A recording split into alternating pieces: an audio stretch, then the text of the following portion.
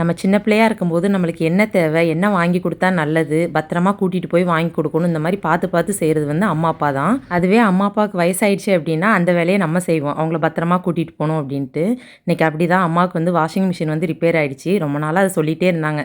ஏன்னா அவங்களுக்கு அந்த மிஷினுக்கே நான் செலவு பண்ணுறதே ரொம்ப செலவு பண்ணிகிட்ருக்கேன் அப்படின்னு.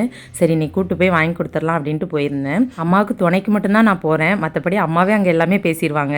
அதில் ஒவ்வொரு டவுட்டும் அம்மா கேட்கும்போது தான் அம்மா எவ்வளோ அந்த பழைய மிஷினோட பாடுபட்டுருப்பாங்க அப்படிங்கிற மாதிரி தெரிஞ்சிச்சு. அங்கே உள்ளவங்களுமே பொறுமையாக சொன்னாங்க. ஒவ்வொரு கொஸ்டினும் கேட்கும்போது கம்பெனிக்காரங்களுக்கே இந்த டவுட் வரும், நம்ம இந்த மிஸ்டேக்லாம் பண்ணியிருக்கோமோ அப்படின்னு.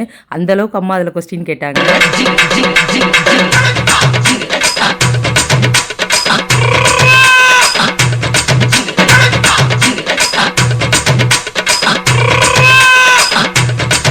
எப்போவுமே ஒரு பொருள் வாங்கினாலும் அதை உருப்படியாக வாங்கணும், மறுபடியும் அதை மாற்றுற மாதிரி இருக்கக்கூடாது அப்படிங்கிற மாதிரியே யோசிப்பாங்க அம்மா.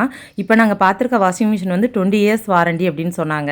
இது போதும்பா என் ஆயுசுக்கு இருக்கும் அப்படின்னு சொல்லிட்டு அதை செலக்ட் பண்ணிட்டாங்க. பெற்றவங்களுக்கு வந்து நீங்கள் செய்யலைன்னா கூட பரவாயில்ல, நீ எனக்கு என்ன செஞ்ச அப்படிங்கிற வார்த்தை மட்டும் தயவு செய்து யாருமே கேட்காதீங்க. அதை விட கொடூரமாக அவங்க வாழ்க்கையில் வேறு எந்த வார்த்தையுமே அவங்க கேட்டிருக்க மாட்டாங்க. நைட்டு டின்னருக்கு வந்து அம்மா சம்பா புட்டு தான் செஞ்சாங்க. சூப்பராக இருந்துச்சு, நல்லா தேங்காய் பூ போட்டு சாப்பிட்டேன். இன்றைக்கிட்டே இப்படி தான் ஃப்ரெண்ட்ஸ் போச்சு. இந்த வீடியோ உங்களுக்கு பிடிச்சிருக்குன்னு நினைக்கிறேன். வீடியோ பிடிச்சா லைக் பண்ணுங்கள். பாய்.